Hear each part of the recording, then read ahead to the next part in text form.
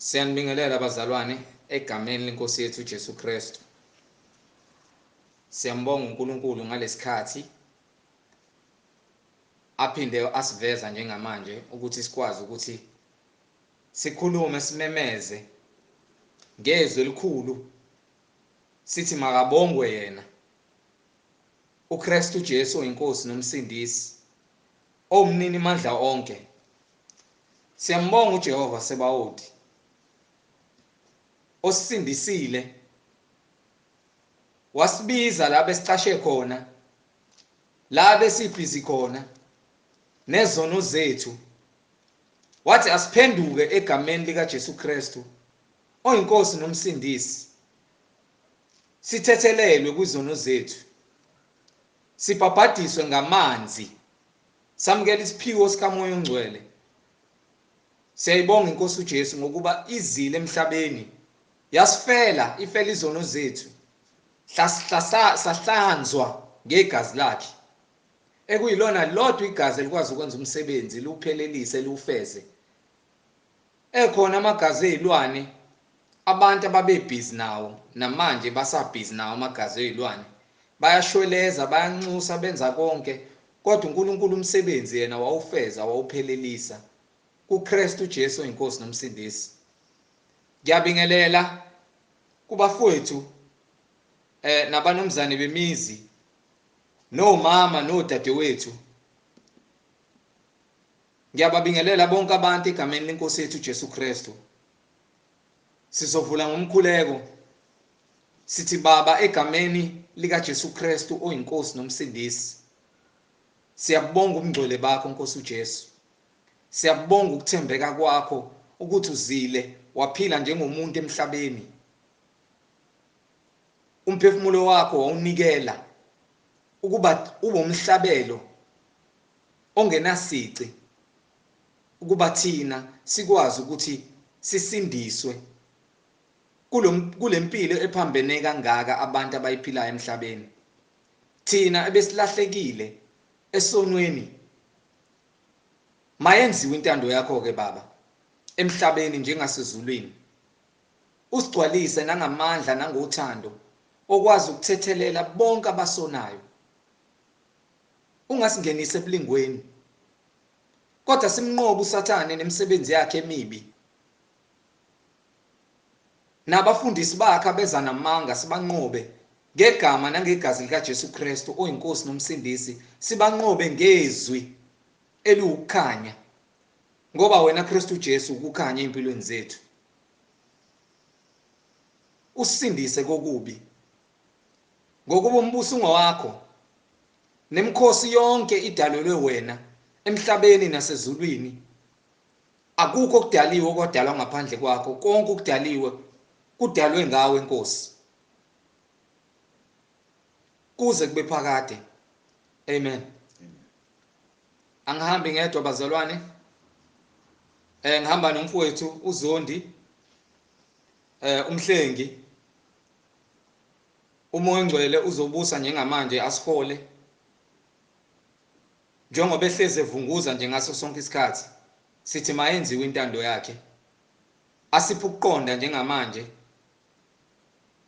Siyibuza ukuthi la sime khona siyamazi yena, siyazana yini, uyicheke mawukuthi wawusindisiwe wayigcina usindisiwe, usayazi yini intando kaNkulunkulu ukuthi yini noma usuzenzela intando yakho nje kule ndlela ohamba kuyona. Ngoba umelusi uyena owazi izimvu ukuthi ibhekephi and izuluswa nguye. uKristu Jesu uyena inhloko, wena uyilunga lomzimba, umzimba wakhe uJesu Kristu. So awunakuzenzela wena intando yakho ngoba unyawo nesandla nesisu nomlenze imsipha isuka ekhanda alike isandla sigenqezeli nje, unyawo aluzenzeli umathanda kodwa imsipha isuka ekhanda ngoba ikhanda liyinhloko. Siyambonga uMoya oNgcwele ngemsipha esuka ekhanda elunguKristu Jesu. Amen. Over to you Nondaba. Amen. Amen. Siyanibingelela bazalwane ngegama lenkosi yethu uJesu Kristu ngumsindisi. Inkosi yangonaphakade. Amen. Ubaba wangonaphakade. uNkulunkulu onamandla, inkosi yokuthula. uNkulunkulu wezimangaliso. uNkulunkulu ongenamphelezelo, uNkulunkulu ongenambonisi. Yes, Lord. Ozenzela yonke into ngamandla akhe ezikhwepha zakhe. Owadala izulu nomhlaba. Wadala namanzi. Amen. Wadala ilanga, wadala inkanyezi, wadala konke okukhona emhlabeni ngezwi. Yebo Nkosi. Hallelujah, hallelujah, hallelujah, glory to God. Amen. Sithi intando yakhe mayenzeke emhlabeni Amen. njengasezulwini ezimpilweni zethu ngezwi lakhe. Hayi ngentando yomuntu, hayi ngentando kaShembe, Amen. hayi ngentando kaMhlengi, Amen. Amen. hayi ngentando kamkhulu wakho, Yes, Lord. hayi ngentando kakhokho wakho, hayi ngentando kaBright, Yebo Nkosi uJesu. hayi ngentando kama wakho. Sithi ngentando kaNkulunkulu ongumnini mandla wonke, ophezulu konke. Konke sikunikele ezandleni zakhe. Sithi Nkosi lukufanele udumo. Hallelujah. Sihole uNkulunkulu ngezwi lakho. Yes, Lord. Kungabe ukuhlakanipha komuntu. Yes, Lord. Baningi bathanda ukwenza intando zabo noma ukwenza intando nenkanuko balandele inkanuko zabo. Kodwa baphatha iBhayibheli. Baphikisana nezinto ezibhalwe phansi. Ngoba yini abafuni ukulandela, banenkani, bafunze uyise. Yes, Lord. Ubathi ubani uyise? uSathane. Bathi bafunze uyise uSathane. Amen. Owaba umkhohlisi kusukela siqaleni ungumbulali. Umqambi manga. Unguyise wamanga. Amen. So nawe uma ukuthi ugcwele amanga, Amen. uyihlo uSathane. Uyakubusa uSathane enhlizweni yakho. Ukukholwa kwakho akukho senhlizweni yakho nakuwena. Ukukholwa kwakho kuNkulunkulu. Yes, Lord. Uma ukholwa ukholelwa imibhalo kaNkulunkulu. Amen. Ukholelwa izwi likaNkulunkulu. Ukholelwa yikho konke uNkulunkulu asekushilo. Ngicabanga ngendawo. Akukho ozokhuluma ozothi ke manje mina ngicabanga kanje noma ngizizwa kanje. Lokho uyabona mina uma ukhuluma nami. Yabona nje baningi bethi mina ngifuna ukuthi kuzwe ngami. Lalela uzwa ngami, uzwa ngeBhayibheli. Mina ngifuna into ebhale phansi. Hallelujah. Hallelujah, glory to God. Uma ungafuni ukukholwa into ebhalwe phansi, lalela mina. Amen. Ngizokulalela mina uma uzokhuluma into ebhalwe phansi eBhayibhelini. Ungashumayela 4 hours, 24 hours, 5 years. Ukhuluma ngento ebhalwe phansi ngihleli ngilalele. But waphambanisa noma ngabe yini. Wazihlola into ethandwa wena noma into ecatshwa ngowena, wasuqala wathi yathi mina ngicabanga kanje. Umlilo uphenje. Sengiyaqala ke manje mina ngithi ngiyasukuma ngisilalela. Umlilo uphenje. Awuphinde eBhayibhelini. Ulalela umoya engcwele, uma ungenayo umoya engcwele ehlala phansi. Urepente, ukurepente futhi izisole uguquke kule ndlela yakho ngoba akuyona le ndlela kaNkulunkulu. Thina ke njengoba simi la phambi kwenu, simlana sifundisa ngezwi lenkosi, hayi ngezwi likaMhlengi. Siyabonga Nkosi uJesu. Asifundisi into yabantu. Amen. Abanye bathi iBhayibheli labhalwa abantu. Yebo labhalwa abantu. Labhalwa abaprofeti benyakaziswa noma beholwa umoya oyingcwele ohleli kubona okuumoya kaNkulunkulu. Akhona oyedwa umprofeti ozenzela intando yakhe eBhayibhelini. Angikhathali ngabe uMose, angikhathali ukuthi ngabe uJeremiah, uJoshua noma uIsaiah noma uHabakuk. Mase kuzoba uPaul. Abaningi badingela uPaul. Bafuna ukuthi balwe noPaul. Angikhathali. Yes, Lord. Noma ungalo kanjani. Amen. Angikhulumi into engaphandle kweBhayibheli. Amen. Angikhathali ukuthi ngabe uhlakanipha kangakanani ungifundela kangakanani noma unasiphi isikhundla emsebenzini noma uholwa abantu abawongqeqe kangakanani ukuhlakanipha kwabo. Uma umuntu ezokhuluma into engekho eBhayibhelini yaqala afaka imizwa yakhe ngoba naku ufuna ukulandela inkanuko zakhe. Angikhulumi lonto leyo. You understand? So uma wena ucasulwa into ebhalwe phansi eBhayibhelini ngoba iqinisa likho kwena. Zitshele nje lokhu ukwazi ngoba ke ayikho into ebhalwe phansi ebhalwe umuntu ngokuthanda kwakhe. Kongeke kufakwe encwadini. Hambe kwincwadi incwadi ya Timothy. Amen. Funa incwadi kaTimothy. Yesibili. Isahluko sesithathu. Ngifuna uverse 16. Uselapho umoqedela lapho kuverse 16 ngifuna incwadi kaPetru. Kwincwadi kaPetru ngifuna uhambe uye kwincwadi yokuqala kaPetru. Mengaphosisi ngifuna uverse noma incwadi yesibili kaPetru. Uzwamba ungifundela Timothy. no the Timothy chapter 3. Amen. Yeah. Verse 16. Yes sir. Amen. Incwadi yesibili kaTimotheyu. Yes sir. Isahluko sesithathu. Yes sir. Verse 16. Amen. Yonke Qala ku verse 12. Hallelujah. Yes sir. Yebo bonke abathanda ukuhamba ngokumesaba uNkulunkulu. Lalela bonke abantu abathanda uNkulunkulu. Bonke abantu abathanda uNkulunkulu. KuKristu Jesu. Bonke abathanda ukuhamba ngendlela kaNkulunkulu ekuKristu. Indlela kaNkulunkulu ekuKristu. uKristu indodana inyama uNkulunkulu ayihleli kuyona. Amen. Yathi leyo ndodana leyo mesifile uNkulunkulu waphuma umphefumulo wakhe washona phansi emathuneni kwavuleka amathuna kwazamazama umhlaba. Wahamba ushumayela phansi kulabo abangcwele bavuka naye babonakala inkazimilo yabo emzini bayongena babonakala abaningi ubufakazi kwabo bayongena endlini emzini wabangcwele. Understand? So manje na ke imzimba lo bawuthathe bawufaka ethuneni wavuka sekwenkazimulo avukanga nje inyama negazi kwavuka sekwazimulo kodwa babona inyama negazi bayithinta emva kwaloko lo nyama leyo yaphenduka inkazimulo into ekwazi ukuthi ibonakala iphinde ingabonakali. Amandla kaNkulunkulu enza lokho. So uma incwadi ithi ke bonke abahamba ngendlela kaNkulunkulu ekuKristu. Amen. Yebo bonke abathanda ukuhamba ngokumesaba uNkulunkulu kuKristu Jesu bayakuzingelwa. Yabona ke sikhuluma ngabantu umlandeli ngokuthi wena ulandela iqiniso. Ulandela iqiniso kodwa uma ufundisa ngeqiniso wena uvusa abantu ekuleleni abalele emaqandeni. Uvusa abantu abasebumnyameni abantu abadongozi bomnyameni ubadonsela ekhanyeni. So abantu asebesetshenziswe uSathane abahola labantu ababaholela ebumnyameni bavuke lokucasuka ngoba uSathane ukubona. Mase ebenza uSathane ukuthi bazingele labantu laba abafundisa ngeqiniso. Yayizwa lonto le? Yes Lord. Kepha abantu ababi yabona labo babi bona lebesisho abafundisi benu. Angikhulumi ngokuthi abantu abakesonweni abaphuza utshwala bake kubini anibabi nisebini abantu ababi yilabo abaphethe abanholayo. Yabona abantu abanjengoShembe abantu abanjengoma Roman Catholic Church abantu abanholayo abafundisi amalinga amaqembu amasonto amaBaptist amaLutheran ama non-denominational yonke lemfucuza le abaholi benu labo abanholayo.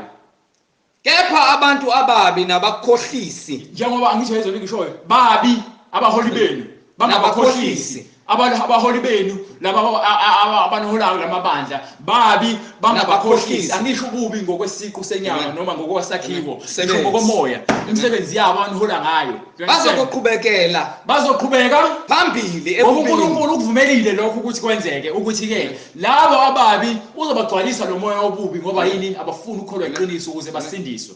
Understand? Manje sebeholela nani ebini ukuthi nani nihambe ngendlela zobumnyama. Yes Lord. Benkhohlisa bedukiswa bayandukisa nabo badukiswa umoya kaNkulunkulu womgcona njengoba bengafuni ukukholwa iqiniso. Understand? Yebo abantu abangenamthetho izaphula umthetho zizoyekelelwa ukuze zonakale kakhulu ngoba yini azifuni ukukholwa iqiniso likaNkulunkulu. You understand? Hallelujah, glory to God. Amen. You understand? Kepha abantu ababi nabakhohlisi lezi khohlakali bazokuqhubekela phambili zabafundisi benu ebubini bazoqhubeka bakhohlakale bedukiswa. Amen. You understand? Amen. Yayizwa lonto le? Amen. Kepha wena yima kulokhu wena usukholwa yabona wena ukholwa leqiniso esishumayelayo ngoba konke angisho manje siyafunda thina. You understand? Lento esifundayo sithatha kuphi ezweni. You understand? Elimile asikhuluma ukuhlakanipha kwethu. Thina ukuhlakanipha kwethu sikunikwa uNkulunkulu. Isibindi sokuthi sikhulume ngeqiniso sithatha uNkulunkulu asikhuluma ukuhlakanipha kwethu. You understand? Yes Lord. Asabi futhi ukuthi mhlambe khona umuntu esomoffende noma umuntu esomhlabekisa. Umfundisi wakho uyisikhohlakali kuyisikhohlakali esiyekeliwe ukuthi sibe isikhohlakali ngoba sifuna ukukholwa iqiniso. Umfundisi wakho kumele azisole aguquke athathe indlela yeqiniso le ebhalwe phansi. Uma ukuthi akambulelwanga akahlale phansi ayekushumayela ngoba yini uholela abantu ebumnyameni. Maningi abantu abafuna ukuthi basindiswe. Maningi abantu abafuna ukuthi babone umbuso wezulu kodwa ngenxa ukuthi bahola abafundisi bawulambele. Amen. Bahola abafundisi abanjani? Ababi. Amen. Kepha abantu ababi nabakhohlisi baza kuqhubekela phambili kepha abantu ababi ebubini nabafundisi benu labababi bazoqhubeka amen ngeke baze bayeke Amen. uyazophume lapho ulandele iqiniso do you understand Amen. ngoba yini ufuna ukusindiswa yes lord yezwa lonto le yes lord yimi kanjalo ayishintshi so uma kuukuthi wena uzimisele ngokukholwa ngokweqiniso uzothatha iBhayibheli lakho Amen. mawuzwa le message yethu amen esisha saNkulunkulu Amen.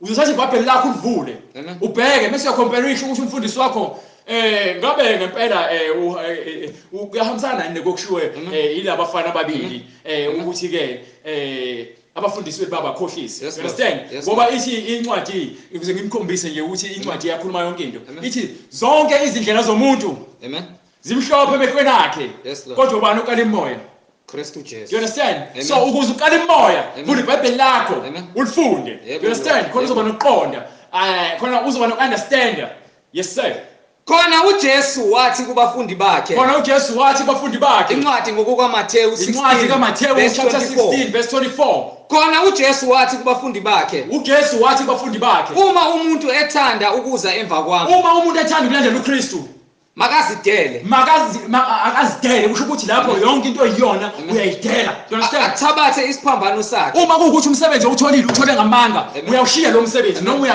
uyathandaza Lord. kucela inkosini ukuxolelwa Yes, Lord. ngoba yini lokho kuyisona esibhaliwe Amen. ukuthi wena wavula amathanga ukuze uthole lo position you understand Angilandeli. ukuthi wena wathatha imali wayikhipha ephaketheni wagwaza Amen. ukuze uthole lo msebenzi you understand Amen. ukuthi wena wahamba wayenyangeni Amen. wafika enyangeni wafuna umuthi wokuthi ke udlise umuntu noma ubekele umuntu phansi ukuze khona umuntu ezophathwa ukufa khona uzothola isikhundla sakhe you yes understand lord yes lord kuzomela wenze njani umuntu ethanda ukuza emva kwami uma umuntu afuna ukuba clean umuntu Makazidele. afuna ukuba ngcwele Makazidele. makazidele uyayizwa lonto le athabathe isiphambano sakhe uma lo msebenzi owenzayo uqamba amanga ukuze uthole Amen. noma labantu ahleli nabo uqamba amanga ukuze bakusize Amen.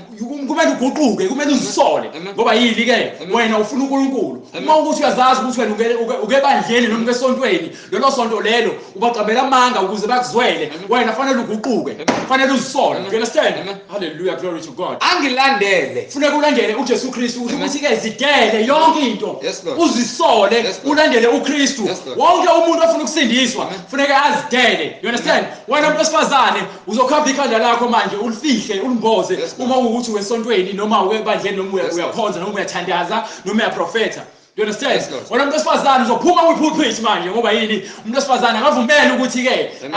afundise ebandleni Amen. akafundise ekhaya afundise ingane Amen. zakhe kodwa hayi ngeBhayibheli Amen. cha Amen. iBhayibheli lenqaba lithi cha you understand Amen. ithini incwadi uma izwe linizonda uma izwe lilizonda nina engcwele amen niyazi ukuthi la ngizonda mina ngaphambi kwenu siyazi ukuthi lokhu abazokwenza kuthina bakwenze kubani amen nakuKristu You Jesu understand? oyinhloko so yini yomzimba. ezosithusa akukho yini entsha akukho you understand ukuthi manje wena Amen. uyangabaza Amen. ubamba kabili uyayeka Amen. ngoba ukho sure Amen. ngoba yini ke iqiniso alikakokuthindi imessage yahlokolo ziyakutshela Amen. manje ukuthi ke Amen. shiya noma ngabe kuthiwa Amen. ugogo wakho noma umkhulu wakho noma wakho noma iboss yakho Amen. you understand Amen. itshela ukuthi awudili ngendlela yamanga Amen. Yabo? Usahlabela ngeke amadlozi. usaqamba amanga manje Amen. ngeke wena usahlabela amadlozi wena Amen. manje ngoba Amen. yini ufuna ukusindiswa Yes, Lord. uyazi ukuthi ukusindisa kwakho akukho Yes, Lord. kumhlengi Yes, Lord. akukho kubright Yes, Lord. akukho emadlozini Yes, Lord. akukho kushembe Yes, Lord. akukho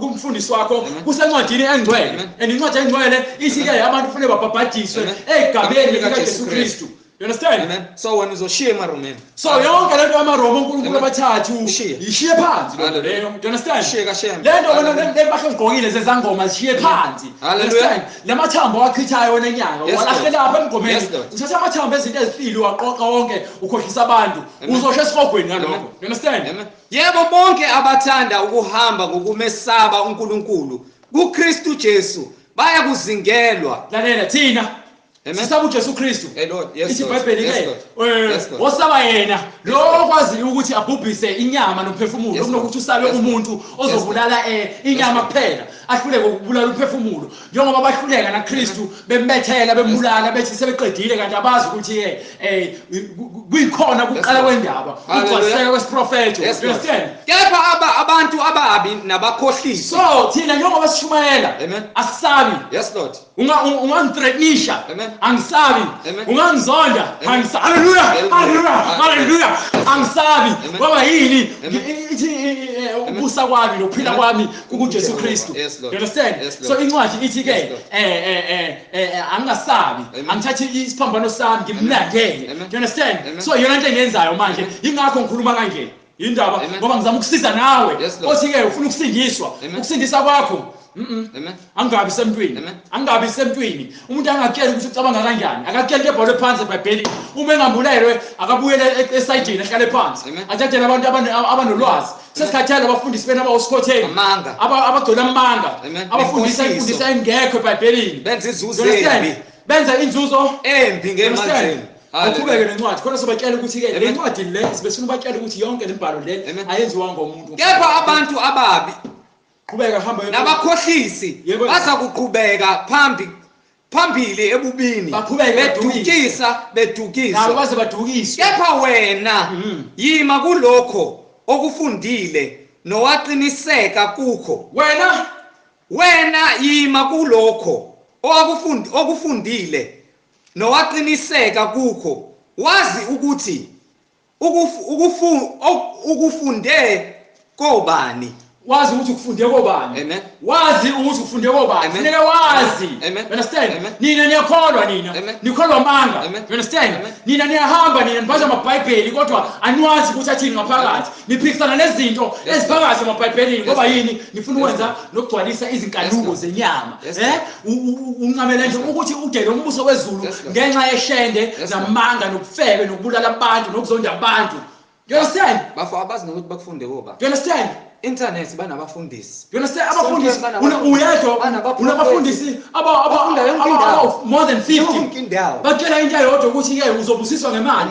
Sizokutshela ukuthi ke imali nokudla angenwa ngaphezulwini. Impahla zakho zokugqoka angenwa ngaphezulwini. Umfazi wakho awungeni ngaye ezulwini. You understand? Indlebe ziyakidazela. You understand? Ngifuna ukutshela ngiqhubeke ngizokala. Hallelujah. Kepha wena yima kulokho okufundile nowaqiniseka kukho.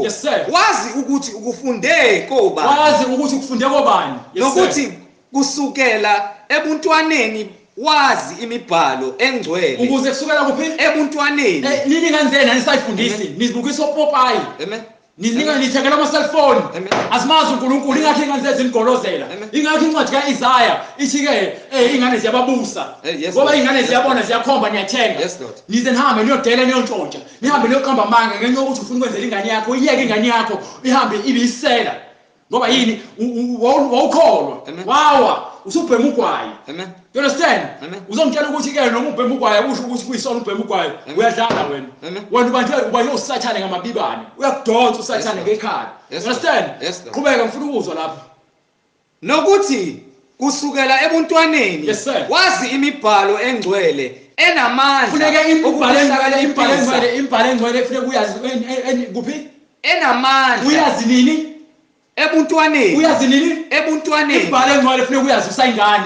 Uyabona lonto leyo. Ibhalo engcwele ngiyazi manje sekimdala uNkulunkulu wangibiza kodwa ke ngenxa ukuthi ke bengifuna ukukholwa and futhi ngiyazithoba ingakho ngifasta ingakho ngithandaza ingakho ngizithoba ngithi uNkulunkulu enza noma ngabe yini ngami uNkulunkulu ngisebenzise njengevessel lakho njengoba wenza kuMphostoli Pawulu ehamba eDamaseko eyobulala labo abahamba ngalowo ndlela wamshanga umbani uqa phansi. You understand? Wamthatha uNkulunkulu wamsebenzisa uPaul wamgcwalisa umoya engcwele wabhaphathizwa egameni likaJesu Kristu waqala wasebenza uPaul washumela le gospel le ababemzingelela yona le manje ayifundisa abantu abangafuni ukuyamkela belo bethi hayi uPaul this uPaul that lalela konke imibhalo phansi ithi incwadi yonke imibhalo iphefumulele yonke ngifuna ukuzwa kahle bafo yonke imibhalo iphefumulele nguNkulunkulu yonke imibhalo iphefumulele nguNkulunkulu yonke imibhalo iphefumulele haleluya glory to God. Amen. Yonke imibhalo iphefumulele nguNkulunkulu ngobani ilungele ukufundisa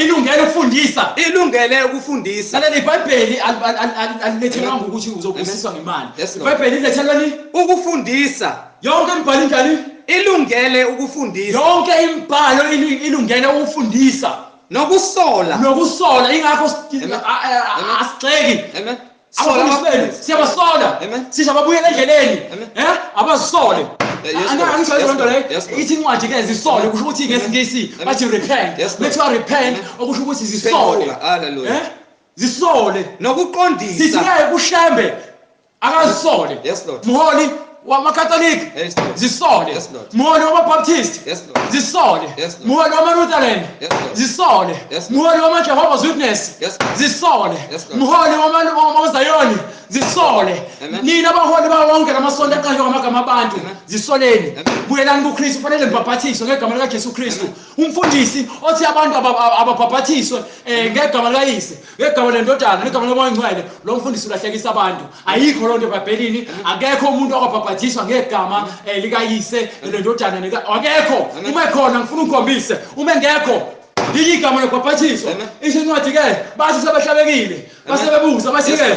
madoda nabazalwane senze njani na wathini uPetru phendukani wasiphendukani sisho njalo nanina sithi sisoleni niphenduke bese niphendukile bese nenza njani niyabhabhathiswa egameni lika Jesu Kristu kukho ukuthethelela kwezono zenu awazi nokuthi unesono ngoba yini umfundisi wakhe akafundisi ngesono uyaphuza uyabhema uyafeka uyaphinga uzonda abantu uqamba amanga yini ngoba umfundisi wakho akukho ukulungiswa kena kodwa iyasho incwadi la ithi yonke imibhalo amen iphefumulelwe nguNkulunkulu ayiphefumulelwanga ushembe ayiphefumulelwanga ushembe ayiphefumulelwanga umhlengi understand anginalo ibandla angiqambi ibandla ngibiza abantu ngibabizelaphi kuKristu Jesu ukuze babe njani babe ngcwele ngoba abantu kufanele babe ngcwele ingakho singafuni eqamba bandla thina understand uma uza uthi uyakholwa angifune umuntu ozotshela ukuthi ungani wami ngoba naku mina ngiyashumayela angakhiba ngani ngakho bhuti nosisi you understand kusukela ebuntwaneni kusukela ibhalo ingane zenu ufuna nizidlalelise le message enamandla uma ufuna ingane yakho ibuyele esimeni nokuthi ibe nesimilo iye kulandela izinto zomhlaba nokufisa izinto zomakhelwane inike le message okuhlakanipha kube insindiso kube insindiso bafundele nokuthi kusukela ebuntwaneni wazi imibhalo engcwele enamandla enamandla okukuhlakanipha nina understand ukuthi izwi lenkosi linamandla kangakanani kube insindiso izwi lenkosi linamandla ngaphezulu kokuthi wena uhamba ufunda 10 years e-university une PhD une degree une namabachelor nayo yonke lemfucuza yecertificate nama qualifications kodwa nilahlekelwa kuleka nje izwi lenkosi ukuze uthole into khulula ikwenze ube umuntu ophelele ube ngcwele you understand kube insindiso usindiswe ngokukholwa kuKristu Jesu ngokukholwa kuKristu Jesu wonke umuntu ufuna ukholwe kuKristu uJesu haleluya you understand wonke umuntu ufuna ukholwe kuKristu uJesu ukholwa ethu khona ufuna sikholwe kushembe qana kani you understand khona ethu khona sikholwe emadlozini qana kani khona ethu khona sikholwe enyangeni qana kani alena hambe uselapho ngoba iyasho lencwadi angithi hambe kuncwadi kaPetru before incwadi kaPetru hambe kuncwadi kaIsaiah ngifuna ukuthi uqale lapha yabo verse 17 khona sobatshela ukuthi ke akho umuntu ofuna ukholelwe emadlozini akho umuntu ofuna ukholelwe ebalozi akho umuntu ofuna ukholelwe enyangeni Isaiah chapter 8 amen gijima ngifuna chapter 8 verse 18-17 lapho mfana ungene lapho gijima baba verse 17 Isaiah chapter 8 verse 17 yes sir ngiyakumlindela uJehova esitheza ubuso bakhe kuyo indlu kaJakobe esitheza ubuso bakhe eqashisa ubuso bakhe kuyo indlu kaJakobe yes sir ngethembe kuye thina sithembe bani kuye uJehova nazo-ke qhubeka bheka mina nabantwana uJehova unginike bona uJehova unginike bona siyazibonakalisa nezimangaliso kwa-Israyeli ezivela kuJehova Jehova Sebaothi izimangaliso ezivela kubani kuJehova Sebaothi ohlezi entabeni yaseSiyoni uhlezi ezulwini haleluya understand uhlezi ezulwini uNkulunkulu wethu usemazulwini wenza konke akuthandayo you understand qhubeka lapho bethi kini ke funani kwabamadlozi. Nazo ke ithi incwadi ke mase bentshela. Amen. Yabona labantu bakini, labantu abadala bakini, mase bakutshela bethini? Funani kwabamadlozi. Hey baleka. Nakubathakathi. Baleka manje kusenesikhathi. Ababetha imilozi. Baleka bonke mebethi ke hamba nochuma namadlozi. Banyenyeze. Hlaba ngejubane. Pho abantu bayikufuna bayikufuna. Hallelujah. Holy Spirit. Abantu bayakufuna uNkulunkulu wabo yini? Qala phansi. Amen. Yes sir. Lapho bethi kini funani abanamadlozi. Lapho bethi kithi asifuna abanamadlozi. Nabathakathi. Base asifuna amadlozi. Nabathakathi. Ababetha imilozi. Ababetha yini? Imilozi. Bese senza njani thina? Banyenyeze. Abanye ababetha imilozi bese bayithi asiyenyeze bese pho abantu bayikufuna uNkulunkulu wabo yini? Pho abantu bayofuna uNkulunkulu wabo yini? You understand? Kuyini? Kwabafileyo. Izikhethele uthi kuyini kwabafileyo? Kuyini kwaba ngabaphilayo na? Kuyini kwaba fileyo? Kuyini kwaba kwabafileyo ngabaphilayo? Ngabaphilayo. You understand? Amen. Amen. Ngiyamtshela anginandaba ukuthi wena uphatheka kabuhlungu kanjani. iBhayibheli selikhulumile lithi ufunani kwabafileyo ngabaphilayo. Ngabaphilayo. Hallelujah, glory. Hallelujah, hallelujah. You understand? Hallelujah, glory to God. Amen. Amen. Amen. Beyibona lesibheke la. Yekani ukuhlabela amadlozi. Yekani ukuhamba inyanga. Yekani ukuhamba abalozi. Yekani bathakathi. Bathakathi. Yekani ukuthakatha. Emthethweni ke nasebufakazini nakulobufakazi emthethweni imali imithetho yes Lord nobufakazi yes Lord mase kuthiwani impela lelizwi abalikhulumayo lelizwi alinakho ukusa alinakuhlakanipha ubula umlima yezwa lonto leyo yonke lento abayikhulumayo Lebanjela lezinto abantshela zona ubula kusho iBhayibheli babizela ichapter neverse. Yes Lord. Understand? uIsaiah glory to God. 8. Isaiah isahluko 8. So qala verse 19. From verse 19. Ngifunda verse 20 njengamanje. Now it's verse 20 incwadi kaIsaiah kodwa ikhona lento ibhalwe phansi. Ukuthatha iBhayibheli lakho ulivule. Ungahlala ngathi awuzwanga. Mawucasuka uNkulunkulu akekho kuwena noma kuthiwa uyakholwa. Akekho umuntu okholwa ngokucabanga kwakhe ukuthi uNkulunkulu une personal relationship noNkulunkulu. Ayikho lonto leyo. I-personal relationship umoya engcwele. Yes. Yes Lord. You understand? Imsipha gijimela lapha kuncwadi kaPetru. Sibakhombisa ukuthi yonke imibhalo ayibhalwanga umhleki, ayibhalwanga uPaul ngokuthanda kwakhe, ayibhalwanga uBright, ayibhalwanga uMoses ngokuthanda kwakhe, ibhalwe ngontando nangendlela kaMoya oyingcwele.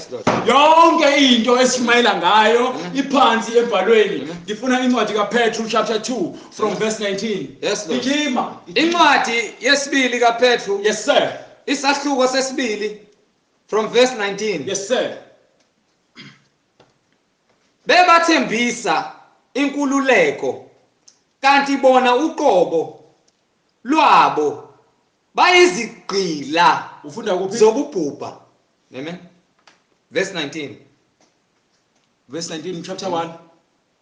Chapter 2. Mfunda chapter 1. Hallelujah. Incwadi kaPetru wesibili chapter 2 verse 19, right? Amen. Petru wesibili. Not ngiyaxolisa chapter incwadi yesibili. Okay. Isahluko sokuqala. Mina mfethu manje sengilothule ngaseqaleni ngiyaxolisa. Isahluko sokuqala. Isahluko sokuqala. Amen. Isahluko sokuqala incwadi yesibili isahluko sokuqala from verse 19. Amen. Yes sir. Yes Lord. Yes sir. Isahluko sokuqala. Amen. Isahluko sokuqala. Yes sir. Incwadi yokuqala isahluko sesibili. Amen. Incwadi yesibili. Incwadi yesibili isahluko sokuqala. Okay. Ngifuna uverse 19. Hallelujah. Amen. Yes sir. Baphuthume. Sesinalo izwi lesiprofeto. Isinalo izwi lani? Lesiprofeto. Isiprofeto yabona bekhuluma ngesiprofeto. Yes Lord. So bekhuluma ngento ekhanga uNkulunkulu. Kufanele ngisicacise. Uma kuthi umprofeti. Amen. la ufuna kwazi la bahola abaprofeti bamanga uShemba kayena umprofeti izwi lesiprofeto eliqinisekile kakhulu liqhama uNkulunkulu lisiqinisekiso kusho ukuthi yonke into umprofeti ayishoyo uyithatha uNkulunkulu ayitshela abantu ukuze lonke ifike idlule lo mprofeti uma ekhuluma into yangenzeka lo mprofeti umprofeti wamanga athunywa ngoNkulunkulu and abaprofeti benu abanitshela ngamaphupho enu mina waphuphile bese benithembisa ukuthi nithola imisebenzi abaprofeti bamanga nabo ayihlangana lonto noNkulunkulu uNkulunkulu uthi abantu bakhe kufanele basindise ukhuluma ngezimo zenzeka manje emhlabeni izinto ekumele zenzeke ukuze abantu bakhe bagcwaliseke isiprofeti sakhuluma ngabaprofeti bakhe esikhuluma ngoMose sesinalo uMose wathi ke kubantu bakaIsrael uNkulunkulu uyakuthumela omunye umprofeti ofana nami uIsaya wathi intombi yakuzala indodana yezwa lento le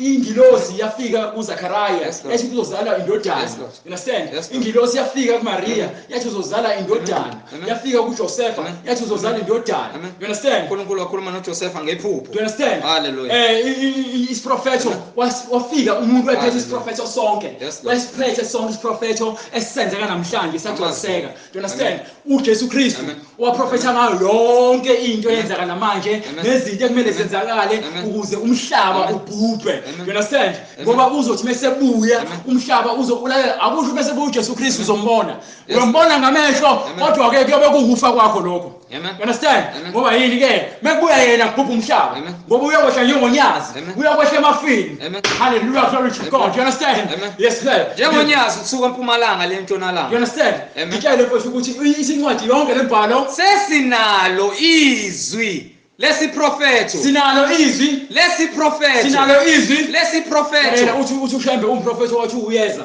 uthi uMose wekhuluma ngaye understand lezinja zakaShembe lemfeketho leyo abayifundisayo bafundisa bamanga abalambile abasebenzela inkanuko zabo abafidiza izizwe zabo belambisa abantu bethi abantu abanikele ngemali khona bezothola ibusiso engakafezeki ngisho esodwa isiprofeto understand baloko betshela isitolo sokuthi ukopela izinto ezenziwa uJesu Kristu uthi naye wazenza uthi wathi amanzi enza wabeka umboko phansi bonke abaphethe imboko abazithenga lapha eBria understand basebenzisa lozo imboko lezo ukufundisa abantu ngazo hallelujah uxolo lapho emva kwalokho abantu bayakholwa bagijime baye lapha agqoka ijazi elikhulu nesigqoko azenza into engazi ukuthi ke yabona nje uyindumezulu lalela usikhotheni uShembe kumele aguquke azisole ngale kwalokho nawe esigogweni nalo ibandla lakhe leli inabantu abaningi abangafuni ukukholwa iqiniso abahlabela amadlozi understand abantu abafazi abaningi understand bafundile kodwa bafundile akayena umprofeti kaNkulunkulu uShembe akayena lokho kufanele siprove ngencwadi ngaba akekho ecourt ngoba bahamba inkantolo ngoba yini babanga inkundla ngoba benzela inkanuko zabo nenzuzo yabo enjani embi banenzuzo banenkanuko nezinhloso ezimbi ukuze benze izinzuzo ngegama lenkosi banenebhayibheli labo bazigambele bona ukuze ubone ukuthi bakhohlakele kanjani sazi inkosi yamakhosi yenza into leyo bonke uNkulunkulu umoya onjani umoya engcwele ngeke ungitshele uNkulunkulu akaye court mina mengiye court mina ngeke ngize ngiqule icala ngizobakhomba la encwadini batshela ukulalela ngifundishumayela ngezitabane ukuthi afanele zibe izitabane kubhalwe phansi eBhayibhelini ngishumayela ngokuthi ke abafundisi laba abathole labamanga kubhalwe la eBhayibhelini kuba wonke umuntu okhuluma le language engiyikhulumayo uthi amen hallelujah uthi amen hallelujah glory to God you understand sesinalo izwi likuphi eliqinisekileyo kakhulu you understand enenza kahle ukuliqaphela esenza kahle yabona thina njengoba sifunda asimbulelwanga umuntu oye esikoleni sokufundisa ngofundisi wonke lo mfundo yabo imfundo yabantu abafileyo imfundo eyomfundisi okuhlakanipha abantu abahlakaniphile ngendlela yabo abantu abafileyo ngoba bahambe emnyameni imoya yabifile baqamba amanga baqambela abantu amanga thina simbulelwe umoya oyingcwele yes Lord understand enenza kahle ukuliqaphela thina senza kahle ukuliqaphela thina senza kahle ini ukuliqaphela ini kungathi lisibani izwi lesiprofeto izwi lesiprofeto lithi incwadi ngezwi lesiprofeto hallelujah ende sesinalo izwi lesiprofeto hayi izwi likaShembe eliqinisekile kakhulu hayi izwi likaShembe yes Lord yes Lord ngisho ngaligcina isabatha enqamba manga ngesabatha nithi ushembe uNkulunkulu wenu uJehova iqamba amanga ningcolile ushembe uningcolisile ithi iBhayibheli abaholi benibambi lalela qhubeka ungifundele lapho ungaqala uhambe ngifuna ukuthi sibatshele ukuthi yonke lento ebhalwe phansi funa from verse 20 haleluya enenza kahle ukuliqaphela kungathi liyisibani thina lini liyisibani esikhanyayo endaweni emnyama uKristu Jesu ukukhanya uthi mina ngisibani sezwe amen uthi isibani liyisibani esikhanyayo thatha isibani usibeke entabeni mosathatha usibeke entabeni usibani leso angeke usicishe yezo lonto leyo ingakho kuthiwa ke isibani sentabeni sukukhanya sikhanyisa isizwe ngoba usathatha isibani usifaka ngaphansi kwetafula sokhanyisela abantu amen akekho umuntu ozosibona understand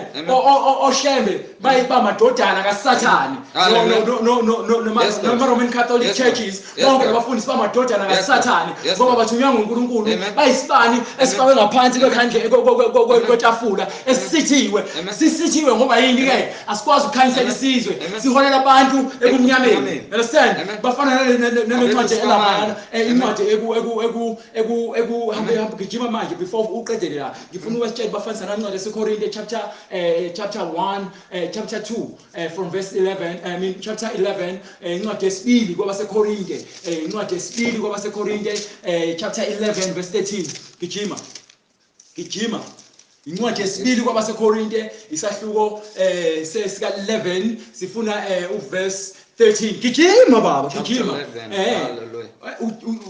uthi mina chapter 11 verse 13 akube njalo abaprofeti benu abaprofeti ngokuba abanjalo bangabapostoli bamanga abanjani ngokuba abanjalo bangabapostoli bamanga abantu abafana noShembe ile qembu elikhona lelibiza ngabapostoli iqembu lisonto lithi ke lini labapostoli lithi incwadi banjani ngokuba abanjalo bangabapostoli bamanga yonke lemfekethweni abaprofeti laba benu abantu abaniholayo nalabo abaqamba amagama amabandla ngamagama abo izisebenzi ezikhohlisayo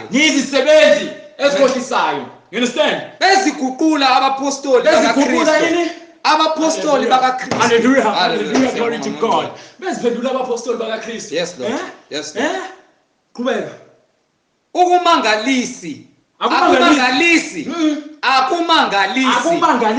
akumangalisi ngokuba uSathane uqobo ngoba yini uziguqula ingelosi yokukhanya uSathane uqobo uziguqula ingelosi yokukhanya ingakho sithi ke labafundisi benu bayisibani sifake ngaphansi sifihliwe sizenza ingilosi yani yokukhanya ngakho akuyinto enkulu uma nezikhonzi zakhe ziziguqula izikhonzi zokulunga yayizolondo le ngikubuka abantu le beshumayela etimeleni bethuka abantu bexabana nabantu ngoba yini abashumayela iqiniso baphakamisa uShembe ngaphezulu kaNkulunkulu baloku benika ama testimony ayimfeketho ukuthi mangihlupheka uShembe wanginika imali uShembe wanginika umsebenzi lalela uNkulunkulu konke wenza ngentando yakhe ngentando kaShembe ezukuphela kwazo kuya kuba njengokuthi isebenzi yakhe uvumelelile ukuthi wena uthola umsebenzi wona uthatha lolo dumo linika uShembe wisibula understand ngingakho isincwadi nezikhonzi zakhe nezikhonzi zakhe zizenza ingilosi yokukhanya understand yes lord hambe lapha kuPetru chapter isahluko incwadi isahluko sesibili incwadi yesibili isahluko sokuqala verse 20 understand hallelujah glory to God hallelujah glory to God verse 19 hallelujah yes sir share baba sesinalo izwi lesiprofeto sinalo izwi lesiprofeto eliqinisekile kakhulu yes sir enenza kahle ukuliqaphela kungathi liyisibani esikhanyayo endaweni emnyama kuze kuse hallelujah glory kuze kuse endaweni kuze kuse yabona mosaphila uhamba ngendlela kaKristu usufile kuyobe sekusa yabona manje uphila emhlabeni kaSathane uSathane uyobusa lo mhlaba ngamanga understand ingakho nilahlekile ningakwazi ukuthi ukukholwa yini ingakho niphile ezonweni niphuza nidakwa nifeba niphinga nintshontsha nibulala nizondana nizithanda nina kakhulu ngaphezulu kaNkulunkulu ngoba yini ke uNkulunkulu animazi uNkulunkulu ithi incwadi ke thanda umakhelwane wakho njengoba uzithanda Amen. You understand? Yes, Lord. Wena unabantu angithi more than 20 abazondayo nabantu othi babona ukuthi Kodwa ubaphiwe. Lezo Ungathi lonto abakho yini. indaba ukuthi Bajalo wena. ngoba ukuthula akukho kwena ngaphakathi. Yes, Lord. Yes, Ugcwele umoya obumnyama ukukhanya unabo. Yes, Lord. Uhamba ufuna iqedele la ncwadi kula before uhambe. Ufuna iqedele la ncwadi ufuna verse 20 lapho baba. Hallelujah. Yes sir. Gijima baba. Hallelujah. Ngiphe ngifike.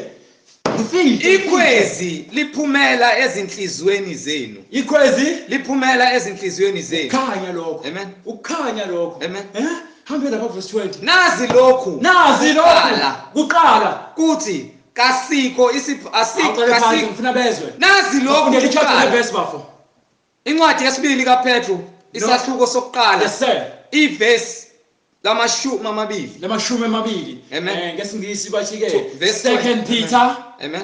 Chapter 1 verse 20. Verse 20. Nazi lokhu kuqala ukuthi kasikho isiprofeto. Akhona sodwa isiprofeto la encwadini sombhalo esingachasisiselwa ngumuntu ngokwakhe. Amen. Understand? Amen. So uShembe uma eneBhayibheli lakhe yedwa lo Bible laka Sathane kufanele lo Bible lithathe lifakwe emlilweni lishiswe aguquke uShembe aguqule nebandla lakhe abatshele uShembe kumele azisole manje esaphila ukuthi ibandla lakhe ibandla lokukhohlakala ibandla elingelona likaNkulunkulu ngoba yonke into abafundisa ngayo ayiqhamuke eBhayibhelini. uShembe akayena uNkulunkulu, uShembe akayena uJehova, uShembe akayena uMoya Oyingcwele, uShembe akayona inkosi yeSabatha. Amen. Inkosi yeSabatha ungahambi nje umhlale lapho ubatshele ngifuna ubatshele ukuthi akhona sodwa nesisodwa isiprofeto esingachasiselwa umuntu ngokwakhe ngobani. Hallelujah. Ngokwakhe ngokuba akuzange kuvezwe isiprofeto ngentando yomuntu. Ngokuba khosi profeto nesodwa esikeBhayibhelini esake savela ngentando yomuntu. You understand? Amen. Amen. Hallelujah, glory to God. Niyazibona ukuthi nilahle kanjani? Yes Lord. Niyazibona ukuthi nidukile. Nidinga uNkulunkulu, nidinga uKristu. Amen. Nidinga ukulashwa, nidinga ukubhaphathizwa egameni lakhe. Akekho. Amen. Noyedwa umuntu. Amen. Ongazenzela isiprofeto sakhe. Amen. Asikho futhi eBhayibhelini. Asikho isiprofeto savela ngentando yomuntu. Asikho nesodwa. Akekho umuntu ozosindiswa ngegama likaShembe. Amen. Akekho umuntu ozosindiswa ngegama lamadlozi. Kepha abantu beqhutshwa ngumoya ongcwele. Bonke abantu ababeprofeta bebhala phansi incwadi babenikwe ngani? Beqhutshwa ngumoya ongcwele. Babenikwe ngani? Bakhuluma okukaNkulunkulu. Bekhuluma beqhutshwa ngumoya ongcwele. Bakhuluma okukaNkulunkulu. Incwadi isho uNkulunkulu ngumoya. Amen. Labo bamkhonza ngomoya nangoqiniso. Yes Lord. Understand? Yes Lord. Wena ngokhola into ebonayo njengoShembe. uShembe bangakoShembe sebefile. BangakoShembe beshintshana ngaya position. Why uShembe behamba inkantolo bebanga isikhundla. Why ihlukane phakathi nasontweni? Omunye uthini? Mina ngoApollo. Mina ngoAcephas. Mina ngoKristu. Isincwadi ke uKristu wahlukaniswa yini? uPaul wabethelwa yini? uShembe wabethelwa yini? Mina ngibaptist. Mina ngibaptist. Ungcono ngani? Mina nguShembe. Amen. Mina ngiRoma. NoNkulunkulu abathathu. Amen. Akwazi ukuyichaza into yoNkulunkulu abathathu kombisa ukuthi uyisibula. Kepha umoya usho ngokucacileyo ukuthi ngezikhathi zokugcina. Ngezikhathi zonjani? Zokugcina. Ngifunele yazi ngiyenze ngilinge ichapter neverse. Incwadi yokuqala kaTimotheo. Incwadi yokuqala. Isahluko sesine. Oh yeah. Incwadi yokuqala kaTimotheo. Isahluko sesine. Ithini incwadi? Iverse lokuqala. Iverse lokuqala. Kepha umoya usho ngokucacileyo ukuthi ngezikhathi zokugcina. Ngezikhathi zokugcina siphila kuzona lezi zikhathi zokugcina. Ithi incwadi ke iyasho incwadi ngomoya oyingcwele ukuthi ke ngezikhathi zokugcina abanye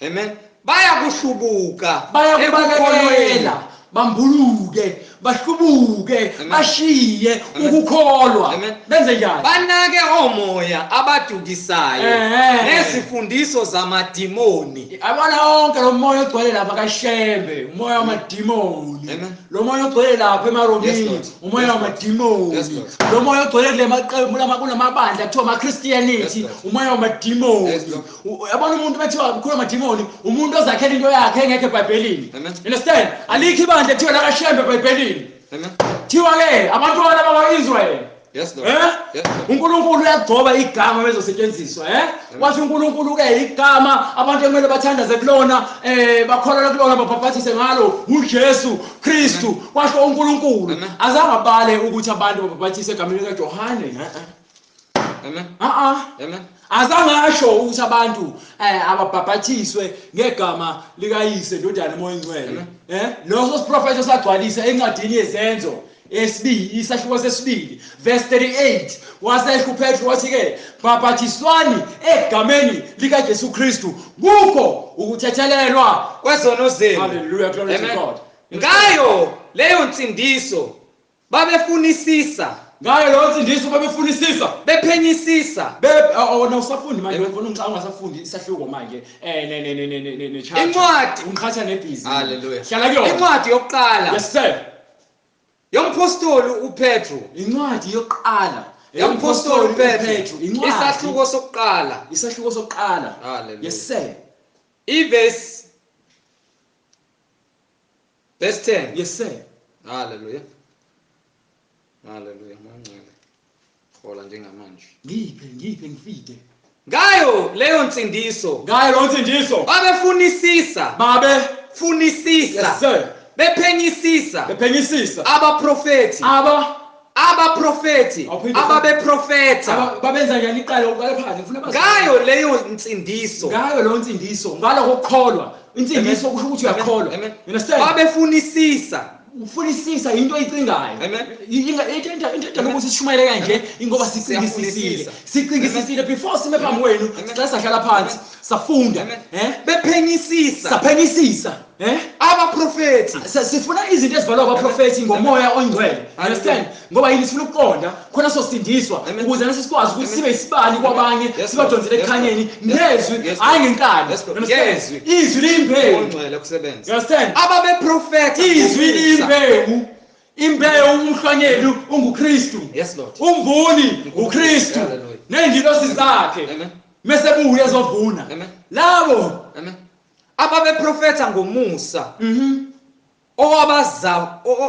obuzakuza beprofetha ngomusa obuzakuza kinina lo musa onguKristu amen understand amen ayikho into esizenzela yona ngokuthanda kwethu umhlengi akakhuluma ukuhlakanipha kwakhe uBright akakhuluma ukuhlakanipha kwakhe kodwa uShembe ukhuluma ukuhlakanipha kwakhe you understand so wena mawufuna ukusindiswa yabona bonke abantu abangafuni ukukholwa labantu laba abatshela bahlakaniphile nambe incwadi yesibili yaseSalonike khona sobatshela ukuthi ke kuzokwenzakalani kubona ngoba bafuna ukwamukela iqiniso you understand sifuna incwadi yaseTesalonika uzoqala incwadi yesibili nesahluko sesibili bese sifuna uverse 3 haleluya incwadi yesibili kaTesalonika uzophuma lapha verse 11 mengicabanga sencinga kanjalo isahluko sesibili yes sir iverse lesithathu makungabikho umuntu onikhohlisayo nangayiphi indlela makungabikho yabona abantu abasindisiwe amen abantu abaphila ngokukholwa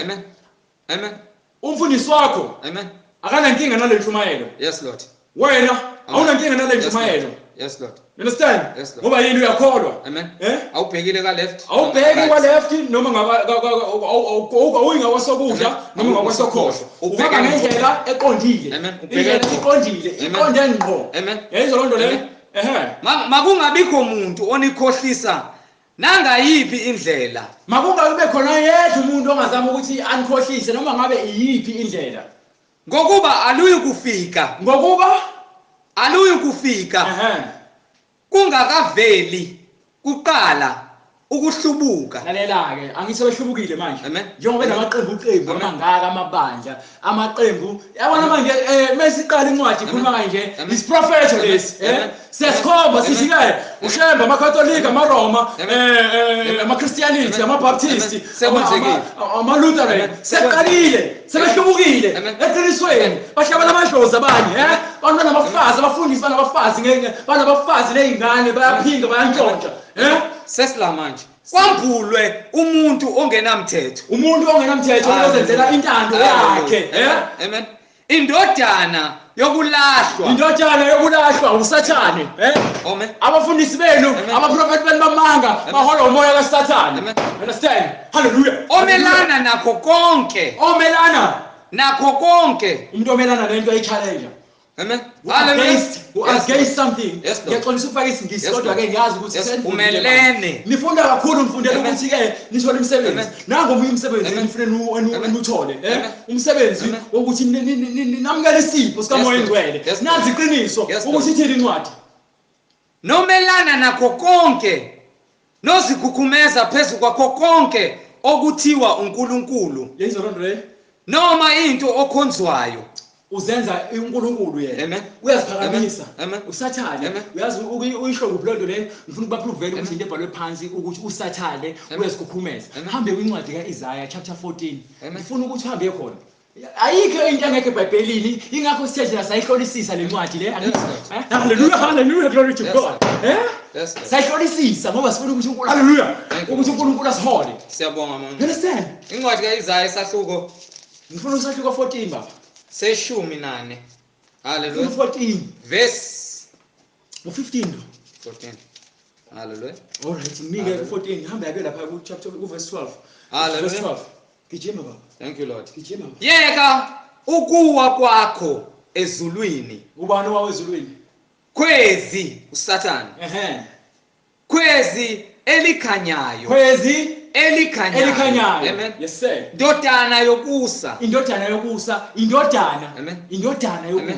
ukusa uNkulunkulu lokho indodana yokusa kodwa manje akayena ukusa ngoba yini uyindodana ukhona umuntu okusa yena uyindodana yokusa yenza lonto le okusho ukuthi akayona into eyiqiniso amen bright ingane yakho ayiwena ingane yakho yes lord understand yes lord indodana yakho amen so uma indodana yakho uyigcwalisa ngomoya wakho yes lord indodana yakho leyo ifunze wena nangokukhanya nangokuhlakanipha Amen. indodana yakho kodwa mayifuna ukuhamba iyontshontshwa ihambe iyophinga ihambe iyofeba ihambe iyophuza yes lord indodana yakho ngokwegazi Amen. kodwa ngokwezenzo amen qana kanye akuyona amen indodana yobumnyama ngoba ukhethe indlela zobumnyama same thing noSathane ithini incwadi ngaye yeka ukuwa kwakho ezulwini khwezi elikhanyayo lo moya indodana yokusa lo moya ogcwele abafundisi benu umoya wokusa amen kodwa ishilo incwadi yaseKorinte ukuthi ke bazenza ingilosi zokukhanya nokunqunyelwa kwakho phansi utejelwe phansi uSathane wakhishwa incwadi yezambulo uchapter 12 iyakhuluma ngoSathane ukuthi walwa nengilosi ezika uMikhayeli nengilosi zakhe balwa noSathane kodwa zangaphumelela ezikaSathane zaseziphoselwa phansi emhlabeni lonto leyo before amen ivezwe ngalo incwadi yesambulo yes lord you understand yes lord ivezwe ngapha kwincwadi yaIsaiah kuTestament endala amen amen yezo lonto le kuthiwani ngoSathane wena owuthobisa izizwe wayethobisa izizwe amen wayenemandla uSathane yes lord you understand Yes. anike uNkulunkulu ngokuthi uSathane wavuka umhabholo Amen. wafuna ukuzenza uNkulunkulu wena wathi enhlizweni yakho wasethini wena wathi enhlizweni yakho ngiyakukhuphukela ezulwini usho kuphi wena wathi enhlizweni yakho useze yabona manje usiyazitshela yena manje ezulwini enhlizweni yakhe amen enhlizweni yakhe inhliziyo inhliziyo ingumkhohlisi yakhe angisho ungakho incwadi isho njalo Hallelujah. inhliziyo ingumkhohlisi amen ubani ongazi and umsebenzi wakhe ingumthakathi amen yezo lonto le Amen. nangu uSathane usiyazitshela yena enhliziyweni Hallelujah. same thing esitshela labantu ukuthi Amen. ke yeke ukufeba ukuze usindiswe amen yeke untshontshe phuma kulela bandla amen inhliziyo yakhe ithi hayi anqabe ngoba yini amen akakholelwa embhalweni Yes. ukholelwa kumuntu yes lord yes lord you understand right amen usathane wazitshela lonto wazitshela yena lonto njengoba namanje abafundisi benu bezitshelile bona basebekhohlisa nina ingakho incwadi ngale kwincwadi yaTimotheo yesibili isahluko sesithathu from verse 12 from verse 13 ithi ke labo ababi bayoqhubeka badukise nabo badukiswe amen yezonto le ama scriptures iBhayibheli ufuna ukulazi ukulenza likhulume likhombisa ukuthi ikhuluma umoya oyingcwele do you understand sipha yonke yezonto le ibheke ekhanda yezonto le amen ngiphe wena wathi enhlizweni yakho ngiyakukhuphukela ezulwini ngiphakamise isihlalo sami sobukhosi usefuna uziphakamisela isihlalo sakhe yezonto phezu kwezinkanyezi zikaNkulunkulu ufuna ukuyangisa yezonto le amen buyela ngale ncwadi esikona elontuzana Thessalonica siyabakhombisa ukuthi usathane uphuma ezulwini ngenxa yokuthi uzikhuphulile wafuna ukuzenza ingilosi yokukhanya lesikhathi nalesiprofethi esigcwalisa lencwadini ngalaba profethi nalamabandla amaningi kufuneka eqale kwenzeke konke makungabikho umuntu onikhohlisa nangayiphi indlela ngokuba aluyi kufika kungakaveli kuqala ukuhlubuka kwambulwe umuntu ongenamthetho indodana yokulahlwa omelana nakho konke nozigukhumeza phezu kwakho konke okuthiwa uNkulunkulu noma into ekhonzwayo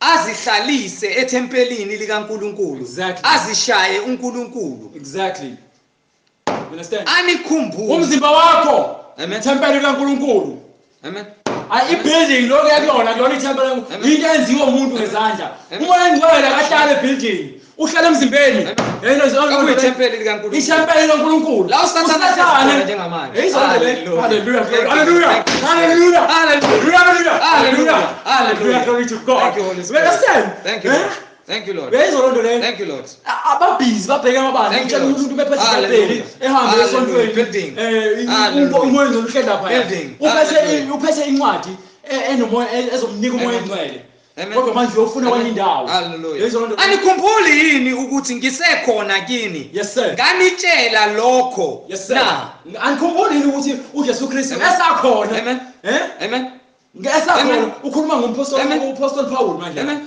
ukhuluma the same thing eyakhuluma uJesu Kristu ukutshela ibandla laseThessalonika uthi ke anikhumbuli yini ukuthi ngisakhona ngayenza njani amen nganitshela lokho into eseqale uyitshela isiprofetho bakho lesi yonke imibhalo isiprofetho lesi ikhombe ekhaya isiprofetho lesi iyaqwashisa isiprofetho lesi qaphelani abafundisi bemanga phumani kulamabandla enu phumani kulamabandla enu abakwazi ukuhlanganisa ama scriptures kanje abakwazi ukuxhumana izwi lenkosi kanje ungagoloza uhlale lapho nawe uyanabe esifogweni ngoba isincwadi yathi ngifuna incwadi kaEsdras ithi lencwadi kaEsdras ke lo mhlaba wakhelwa abaningi kodwa lozayo incosana hallelujah bambala bazongena khona so namanje sentshela abafuna ukukholwa iqiniso kodwa esibabizayo mawukuthi wena usisitabani amen nali iqiniso umhlaba uzophupha uNkulunkulu akakujayelanga ukuthi ube sitabani ukipitile uNkulunkulu akakujayelanga ukuthi ukipite yes Lord uyafeba uNkulunkulu akakujayelanga ukuthi ufebe nekuba ngcwele ngoba mina Jehova wenu uNkulunkulu usiya kuba ngcwele ngoba mina Jehova wenu ngingcwele mawungcwele lonke lento engishoyo uzenzi uma uzenza awukho ngcwele hallelujah imbhalo esho njalo amen ungcolile amen isincwadi kepha ningadukisa nazifebe naziphingi amasela ababulalakazi ngeke baze babone hallelujah yes Lord akusho umhlengi hayi hallelujah ungangibheki mina lalela ukuthi ngifunda phi batshela ukuthi wathini umpostoli Paul ngale ncwadi senikwazi okumbambezelayo ukuze ambulwe ngesikhathi sakhe into yabambezelile ukuthi kufuneka eqale ahlubuke ngoba behlukene uhlukanisa abantu phakathi awufeze umsebenzi wakhe ehlukanisile into ezokwenza nje wehlukanisile usonto emaromini usonto eZion usonto emabaptist usonto eKashembe usonto kuma Lutheran noma amaLuthela you understand noma usonto lapho noma usonto kuma Muslim noma ngabe yini inkolo lo esiqanjwe umuntu ayakuyona akuyona kaNkulunkulu ngoba uNkulunkulu utheni enye indlela ungcwele yini indlela eqiniso incane you understand ucingo so amen uma indlela sebekiwe. Amen. Nina naphuma endleleni. Amen. Nawuzakhela indlela yenu. Amen. Kusandlela uNkulunkulu leyo. Qhana kanti. Yayizwa loo nto leyo? Iyekudukiseni. So manje ke yonke lento incwadi njengoba esho umpostoli Paul ukuthi nazi izinto efanele zenzeke eqala. Amen. Yes, Before umhlaba ufike ekugcineni nasesiphelweni. Understand? Nika ukuthi lo ngenamthetho ambulwe ngesikhathi sakhe.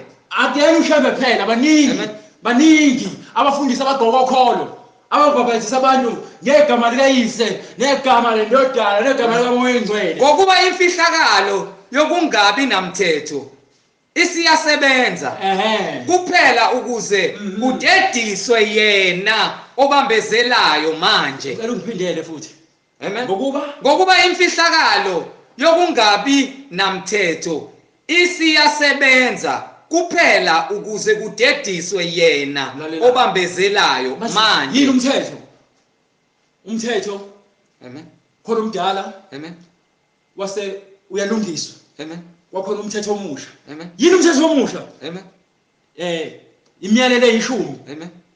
Yancishiswa. Amen. Yenziwa yasimple khona uzokwazi ukuthi uyithwale. Amen. Kwathiwa ke hallelujah. Hlonipha uyihlono nyoko. Amen. Thanda umakhelwane wakho yokuzithanda. Yes Lord. Thanda uNkulunkulu wakho ngenhliziyo yakho yonke nayo yonke into onayo. Yes Lord. Ungabulali. Amen. Ungaphindi. Amen. Ungebi. Amen. Ungabe ufakazi wamanga. Amen. Imiyalelo leyo. Amen. Mongayenzi yonke lento. Amen. Uyaphuza uyabhema uyafeka uyantshontsha. Amen. Ubulala abantu. Uyaphinga. Amen. Uthanda into zabanye abantu. Yes Lord. Awuphethe. Amen. Uyisaphula umthetho. Esikhulu. Wazakhela iBhayibheli nencwadi lenkolo engekho leBhayibhelini. Uyisaphula umthetho. Ugcwalisa isiprofetho. Unenkani ufuna ukukhola ubhale phansi bafundele izothi 1. Hallelujah. Bafundele izothi 1.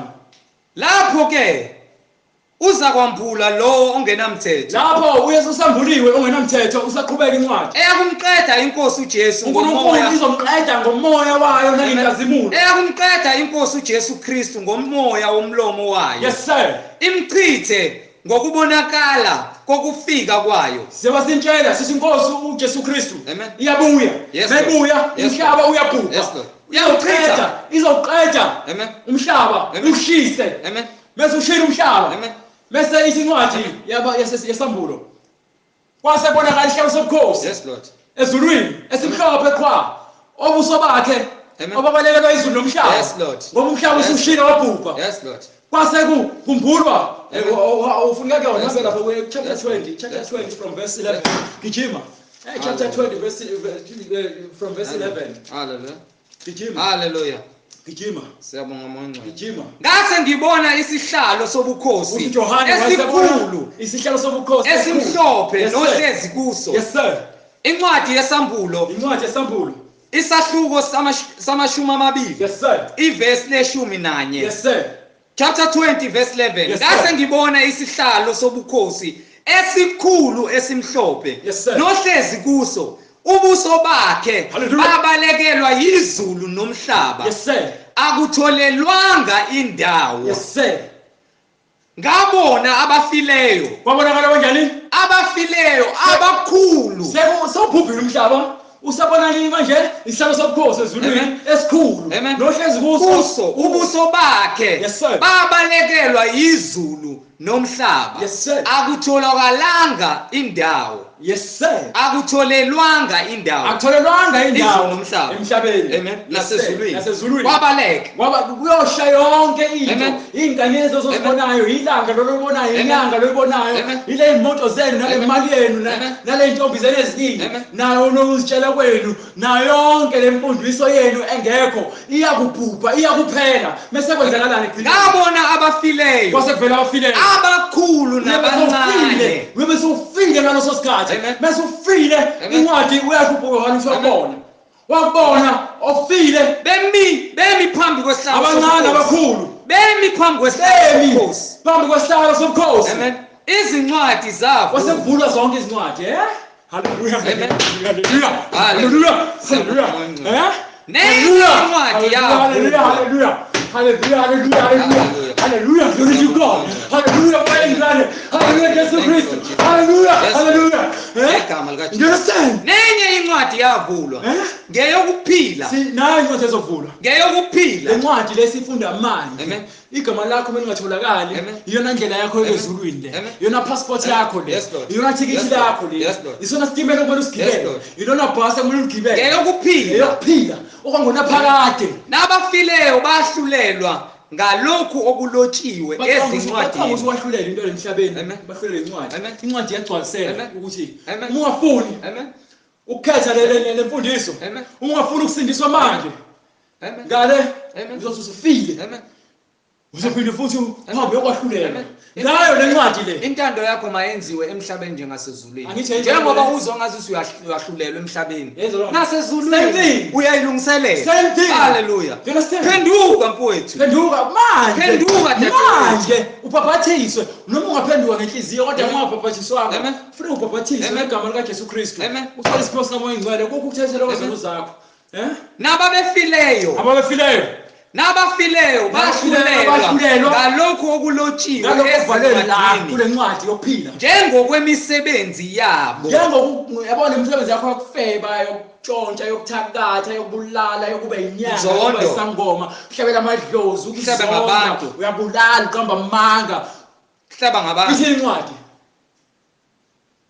Nabafileyo bahlulela ngalokhu okulotshiwe ezincwadini njengokwemisebenzi yabo. Yes sir, qhubeka. Nolwandle lwakhipha abafileyo. Yini? Ulwandle. Uma ukuthi ukhokho wakho wafela olwandle, luzamkhipha. Lizomkhipha. Yini futhi ezokwenzeka? Abase-Hades. Amen. Ababekulo nokufa ne-Hades abasolwandle abafela olwandle bakhulunywe izilwane ziyobaphalaza abantu asebefile nabo bayodonsa bachazela ngale nto abantu abafa abasolwandle abafela olwandle bayokhishwa imoya yabo babuye babe inkazimulo sebezokwahlulelwa ukuthi befake esihogweni bese kuthi laba abafile khona bazofa the same time kuyo inkosi uJesu Kristu labo babona bese ufa ngaleso sikhathi ufa nalabo abangazi uyovuswa. You understand? Mase kukhona abase-Hades abakade balinda selokhu umhlaba waqala. Yezwa lonto le kwakhipha abafileyo kwasekhipha abafileyo nokufa ne-Hades kwakhipha abafileyo. Yes sir. Ababekukho umuntu afile ngokomphefumulo kodwa uyaphila ngoba umphefumulo wakho uyaphila ngeke uze ufe kodwa ufile inyama uhamba. Bahlulelwa ngoba yini uphila kumnyameni usathana ukubambile uphila kumnyameni usathana ukubambile ufe ngokomoya nangokwenyama ngoba inyama ikwenza wenze isono. Bahlulelwa yilowo nalowo mawuyisoni ngokwenyama uyisoni ngokwenhliziyo njengoba inhliziyo ingumkhohlisi nangokamoya. Yayizwa lonto leyo phela inhliziyo mayibolile kusho ukuthi umoya vele ungcolile njengokwemisebenzi yakhe. Ngemisebenzi yakhe bonke bahlulelwa yilowo nalowo njengokwemisebenzi yakhe. Yes sir. Kumfundisha. Hallelujah. Ukufa ne-Hades kwaphonswa echibini lomlilo. Bonke abazofa bengamazi uNkulunkulu abasebe-Hades asebefile umkhulu wakho, ugogo wakho, ubaba wakho, umfowenu, umalume wakho, ingane yakho, bonke bazokhishwa bahlulelwe. Meke uthi baba abatholakala encwadini yokuphila. Ukufa ne-Hades kwaphonswa echibini lomlilo. Bahamba bayesihogweni ongona phakade bayohlushwa. Lokhu kungukufa kwesibili. Lokhu ke ukufa kwesibili ongona phakade. Ichibi lomlilo. Ichibi lomlilo. Bazokwenziwa kanjani? Uma ekhona ongafunyaniswa ongafunyaniswanga. Yes sir. Elotshiwe encwadini yokuphila. Ongatholakalanga ebhaliwe encwadini yokuphila. Waphonswa echibini lomlilo. Bonke baye echibini lomlilo. Bayohla kwangona phakade. Uma ekhona ongafunyaniswanga elotshiwe encwadini yokuphila. Yoshongona phakade. Buyela ngale ncwadi yaseThesalonika. Sentshela ukuthi waphonswa echibini lomlilo. Bonke funeka kufezeke isiprofeto. Sikhuluma ngesiprofeto. Hallelujah. Ushamba akafundisi ngale nto le. Unokuxoxela umlando wakubo umsangano ubona indaba nalonto le umlando obalekile okuyiwona okumcebo wasezulwini abawazi abantu bayonqaba Yes Lord. Yes Lord. bathi bayamthanda uJesu kodwa bamphika ngezenzo nikhohlakele nikhohlakala Hayi yonke indlela. ngayo yonke indlela Hallelujah. nifuna ukwenza inkanuko zenu Siyayibonga inkazimulo yakho Jesu. qedela ngapha kuncwadi yaseThesalonika Incwadi yesibili, incwadi kaThesalonika wesibili. incwadi yesibili Ivesi incwadi yesibili. yesibili qala phansi Hallelujah. incwadi yesibili Incwadi yesibili kwabaseThesalonika. Yes sir. Isahluko sesibili. Ivesi 8. Hallelujah. Lapho ke Hallelujah. uza kwambula lo ongenamthetho. Lapho ke uzovula ngemthetho. Eyakumqeda inkosi uJesu Kristu ngomoya womlomo wayo. Ushembe uyabhubha. Imchithe ngokubonakala ukufika kwayo. Mawubhubha amaRoma nesikhokweni. Understand? Masathi ke nine Trinity nesikhokweni. Amen. AmaBaptisti na yonke into amaPentecost. AmaLutheran. Yes Lord. Nesikhokweni. Hallelujah. Uma ningaphumi niphendukile abapostoli leqembu labapostoli nesikhokweni mana guquki lowo ukufika kwakhe yes sir kungokukusebenza kukaSathane sithi ke yabona ngimtshelile ngathi mina bonke labafundisi benu uNkulunkulu bafakile uma obubi yes Lord bongafuna ukulalela ngoba yini abafuna ukwenza intando yakhe kungokusebenza kukaSathane imisebenzi yabo ingumsebenzi kabani kungokusebenza kukaSathane imisebenzi yabo ingumsebenzi kabani kaSathane ngawo onke amandla ngawo wonke amandla nani nezibonakaliso nani nezimangaliso izibonakaliso samanga haleluya ezondo le nangayo yonke inkohliso yokungalungi kwababhubhayo awonke ababhubhayo ngenxa yokuba bengavumanga ukuthanda iqiniso alifuni iqiniso ingakho nizonda mina ukuze basindiswe ingakho nizonda uNkulunkulu mawuzonda iqiniso uzonda uNkulunkulu mawuzonda mina uzonda uNkulunkulu mina ngiyena uNkulunkulu kodwa uzonda lento engishoyo ukuze basindiswe wena ucabanga ukuthi uzonda isiqu sami wena uzonda lento engiyifunda phansi mina ngichaza into ebhalwe phansi ngenxa yokuba bengavumanga kodwa nginomoya ongcwele haleluya haleluya nginomoya ongcwele ngenxa yokuba bengavumanga ngoba isithembiso ithi incwadi ayisho ukuthi ke khona lokwamukeliswa isiphiwo sikamoya ongcwele uNkulunkulu ngumoya ongcwele uNkulunkulu ayizonto le angena uNkulunkulu kodwa uNkulunkulu uphila kimi yes Lord ngomoya oyingcwele weqiniso oyindlela yokuphila nokuthula nothando lokho kufika kwakhe kungokusebenza kukaSathane ngawo wonke amandla nezibonakaliso nezimangaliso zamanga nangayo yonke inkohliso bonke abaprofeti benu abathike ngozanda amanzi babusise bafaka amalahle phakathi ngayo yonke inkohliso bonke labaprofeti benu abathi ke lethi iphenti lakho silibusise khona indoda yakhe izobheka wena wedwa ngayo yonke inkohliso bonke labaprofeti bamanga abathi lethi imali ke envelope wena sizobusisela imali yakho khona uzona imali eningi ngayo yonke inkohliso bonke labaprofeti benu abathi ke hambani nilontuze nezinyangeni niyothola khona ke indlela ukuze nikhanyiseleke izinto zenu zibe mhlophe ngayo yonke inkohliso bonke labaprofeti babamanga ababiza abantu babahlalise kuma-wheelchair bese bathi ke babasukumisile bona ngayo yonke inkohliso yokungalungi kwababhubhayo bonke labaprofeti benu bamanga abalanda abantu abangaziwo abathi ke ababoni bese bathi ke bababonisile bona ngayo yonke inkohliso yokungalungi kwababhubhayo bonke labaprofeti benu bamanga abathi ke bavula amadlebe abantu beqamba amanga ngayo yonke inkohliso yokungalungi kwababhubhayo ngenxa yokuba bengavumanga ukuthanda iqiniso ukuze basindiswe alifuni iqiniso abafuna ukusindiswa ngenxa yokuba bengavumanga ukuthanda iqiniso awungeni ngemali ezulwini awungeni ngemali ezulwini bengavumanga ukuthanda iqiniso nithanda izinto eziphathekayo awungeni ngemali ezulwini ukuze basindiswe awukhokho ungene ezulwini amen isincwadi ke kwincwadi kaIsaiah chapter 55 from verse 1 amen gijima kuyona chapter 55 from verse 1 sinubekela ukuthi ithini incwadi akukholwa into ejayiswayo ukuze ungene ezulwini yonke lezi zinto abajayisela yona ama products okugcoba nina nonke enjani enomileyo womile wozani emanzini womile wozani emanzini yenza lonto le incwadi baphinde libenike ichapter neverse. incwadi kampostoli Isaya, Incwadi kampostoli umprofethi. umprofethi uIsaya, Yes, sir. isahluko sama-55. Yes sir. Weni nanonke enumileyo, Kuba bonke abantu abamileyo bomele insindiso. thethelela moncele. You understand? Batshele ufuna benze njani? Wozani emanzini, Wozani amanzini, amanzi asedwaleni, idwaleni ungubani elinguKristu. Hallelujah, You understand? hallelujah, Yes, hallelujah. bengayimisela ukuthi ngifundise ngayo yonke lento namhlanje. nina eningenamali, Bengayimisele ukufundisa ngale nto Amen. ukuthi ngiyafuna ukubafundisa ngokuthi umuntu mefa uzovuka kanjani ngichaze. Kodwa manje incwadi ithi umoya ongcwele wangiholela ekutheni ngibatshele le nto. Hallelujah. Ithi incwadi nina eningenamali, wozani nithenge nidle. nina Eningenamali, Yeah. eningenamali, Hallelujah, wozani hallelujah. nithenge nidle. yambona uNkulunkulu wethu namandla Yes, Lord. akanandi. Yes, Lord.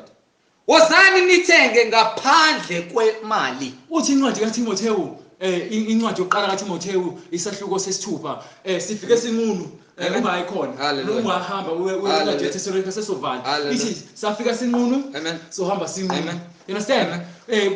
Uma sinempahla zokugqoka nje, Amen. uma sinekudla Hallelujah. nendawo yokulala Amen. Amen. siphelele. Siphelele. You understand? Siphelele. Isho njalo incwadi Siphelele. and isho njalo incwadi Siphelele. wena why ufuna ukuba nakho konke. Amen. Usathane Amen. uyakhola Amen. ukholele ekutheni ke Amen. ubambelele lezinto Amen. lezi uzofa abanye sebefile babe nakho konke Amen. bashabalala Amen. babethwalile. Amen. Amen. Hamba eThesalonika ayikho into okumele uyikhokhele awungeni ngemali ezulwini. Amen. Hallelujah. Awungeni ngemali ezulwini. Amen. Ungena ngensindiso yakho ngokuba msulwa wenhliziyo yakho. Ngalokho ke Ngalokho ke uNkulunkulu ubathumela. Incwadi yesibili kwabaseThesalonika, Yes, sir. siyaqhubeka, isahluko sesibili, Yes sir. verse 11. Yes sir. Ngalokho ke uNkulunkulu ubathumele amandla okuduka. Angithi ke sikhuluma ukuthi ke labafundisi njengoba befundisa ngamanga bengafuni ukufundisa into ebhalwe phansi eBhayibhelini. uNkulunkulu uthini? Hallelujah. Ngokuba ke ngalokho ke uNkulunkulu ubathumela amandla okuduka. Kufuneka baqale bezwe ukuthi akuyena uSathane manje. This time around akuyena uSathane ubani manje? uNkulunkulu Wenzeni?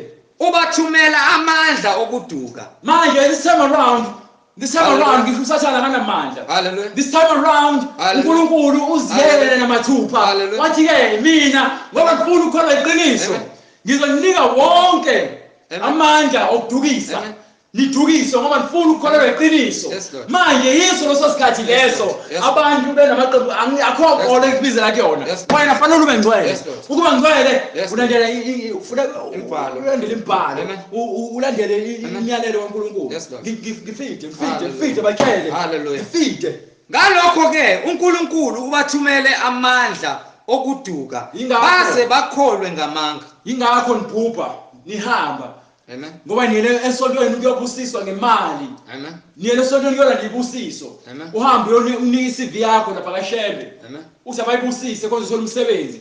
Ayikho lonto leyo. Amen. Uthi uNkulunkulu ngikumoya. Amen. Oza kumina. Ukholwa emoyeni. Hallelujah. Mina noma kuthiwa ngisebenzi, Amen. noma kuthiwa nginamali. Amen. Kodwa uNkulunkulu ungithembisile ukuthi ngeke ngilale ngadlile. Amen. Hallelujah. Ngeke ngiphile ngenazi impahla zokugqoka. Yes, Lord. Yes, Lord. Ngeke ngilale uthi methi uJesu Kristu ke singakhathazeki ukuthi solala sodlani Yes. sophuzani sogqokani ngoba uNkulunkulu wenza izibonakaliso. Amen. Konke kungokwakhe. uNkulunkulu wethu ngesibathi ngesizulu ngesingisi he's a provider. Yes, Lord. Our Father, our heavenly Father. Yes, Lord. He's a provider. Yes, Lord. Uyasinika konke esikudingayo. Uyazi ukuthi yini esikudingayo kodwa uthi ke asifune inkazumulo nombuso wezulu kuqala. Amen. Ngoba lezi zinto sisifuna nabantu bezizwe abayizoni bajaha zona. Bayajaha. bayasukela Babulala ngakho. ingakho bebulala bethakathana bezondana ngoba yini ukuthula kukho bona bafuna yonke into. Amen. Umhabholo welibulala. Amen. Siyabonga Nkosi. Ngibe mesulapho ngicela ngoba Act 238 yonke Ngalokho ke uNkulunkulu ubathumela amandla okuduka baze bakholwe ngamanga. ngoba ngafuna ukukholwa iqiniso uNkulunkulu ubanikile ukudukiswa ukuze bonke abangakholwanga ukube bonke abangakholwanga nina nonke balandeli bakaShembe nina abangakholwanga nonke balandeli basemalungwini nina abangakholwanga nonke balandeli beChristianism nina abangakholwanga nonke nina balandeli bePentecost nina nonke abangakholwanga balandeli bamaBaptisti abangakholwanga yiqiniso benamela ukungalungi nizokwenzelani kubona balahlwe ukulahla kwenu usenjeliwe futhi incwadi yesambulu sinesikophweni niyophoswa echibini lomlilo vala manje isikhathi sesishayile sophinde sibuye funeka simfundise okuningi siyashumayela siyafundisa ngezwi lenkosi ngokuthi uNkulunkulu usinikile amandla ukuthi siphathise lakhe ngokusithembile sebekuzwa bahlabeka enhlizweni bathi sebekuzwa basebehlabeka enhlizweni incwadi yezenzo isahluko sesibili sorry bazalwane incwadi yezenzo isahluko sesibili ivesi la30 yes sir nesikhombisa yes sir sebekuzwa bahlabeka enhlizweni bathi kuPetru basebethi kuPetru nakwabanye abapostoli madoda bazalwane siyakwenza njani na uPetru wayesethi umpostoli uPetru phendukani yilowo nalowo abhaphathizwe egameni likaJesu Kristu yilowo nalowo abhaphathizwe egameni likaJesu Kristu ngisho ngakholwa ngisho ngaguquka yilowo uma ungabhaphathiswanga egameni likaJesu Kristu awusindiswa ufuneka ubhaphathiswe egameni likaJesu Kristu hayi egameni likayise egameni likaJesu Kristu hayi egameni lendodana egameni likaJesu Kristu hayi egameni kaMoya Oyingcwele egameni likaJesu Kristu ubhaphathiswa ngegama likaJesu Kristu yezo lonto leyo kukho ukuthethelelwa ukuzithethelele ubezulwa ugezwe kukho ukuthethelelwa kwezono zenu izono zakho ukuze ziwashwe zonke kukho ukuthethelelwa kwezono zenu ukuthethelelwa kwezono zakho akusho ukuthi bese ubhaphathisiwe wanikwa isithembiso usungaphindela uyohamba uyojona futhi uphinde ukhohlakala ngoba lonto okuthiwa encwadini kufana nenje ephindele emphalazeni wawo khona niyakwamkeliswa isiphiwo sikaMoya Ongcwele funeka wamkeliswe isiphiwo sikaMoya Oyingcwele khona niyakwamkelisa isiphiwo sikaMoya Oyingcwele ngokuba isithembiso ngesenu nesabantwana benu esaba bonke abakude bonke inkosi uNkulunkulu wethu bonke abakude inkosi uNkulunkulu wethu eyakubabiza nawe yakubiza njengamanje nawe ubiziwe wonke umuntu ubiziwe wafakaza nangamanye amazwi amaningi wabayala yes sir wathi zisindiseni kulesizukulwana esiphambeneyo abona incwadi yekutshela ukuthi zisindiseni kuphi ungakhathazeki kulesizukulwana esiphambeneyo funeke usindiswe uma ufuna usindiswa uma ufuna ubhaphathiswa usindiswe uhambe ngendlela engcwele amen nathi number 066 amen 655 9245 yes lord 066 amen 655 9245 Yes, yona number lezo ngiyethela usindiso ukuze wena ubhaphathiswe inumber leso osithola kuyona ngizokwana ufuna uthumele nomfundisi wakho namanga naye ngithole number aphenduke ngoba ukuthi angempela nimsele ngokusindiswa uzokwenza konke okusemandleni ukuthi uyisindise uyithole uyisindise nawe hallelujah glory to God right sosifale ngomkhuleko zisindiseni kulesizukulwane esiphambeneyo amen baba egameni likaJesu Kristu oyinkosi nomsindisi amen alikho elinye igama esingasiliswa ngalo ngaphandle kwegama likaJesu oyinkosi nomsindisi siyabonga Moya Ongcwele ukuba ikhona imoya iminingi emhlabeni yenza intando yayo inkohliso kodwa umoya wakho ongcwele iwona umoya othembekile osuka kuwena Nkosi uJesu okhuluma yonke imfihlakalo yezulu ngoba kekho wazi okwezulu ngaphandle kwalokho owehla esuka ezulwini amen ophinde wanyukela wayezulwini ohlezi esihlalweni sobukhosi siyabonga Nkosi uJesu ukuba izilakho libuyele emumva lilambatha isiprofetho sonke siyafezeka embhalweni siyabonga ukuthi bonke abantu uyakhuluma kubona uthi laba abanendlebe mabezwe amazwi esiprofetho esukhulumile kona Moya Ongcwele izwi lakho eliyinkemba ecije inhlangothi zombili bahlaba enkosi ungabaniki ukuthula, bahlaba enkosi ungabaniki ukuthula. Laba abanezindlebe ubavakashele ngisho ebusuku emaphushweni abo, baphenduke mabevuma baba egameni lenkosi yethu Jesu Kristu, babhabhadiswe, bathethelelwe izono zabo, bamkele isiphiwo sika Moya Ongcwele egameni lakho Nkosi uJesu. Wena uyinkosi nomsindisi ngaphezulu kwezulu nomhlaba. Siyabonga Nkosi uJesu, manje kuze kube phakathi intando yakho mayenziwe kithina semhlabeni njengasezulwini, manje kuze kube phakade. Amen. Siyabonga bazalwane. Amen.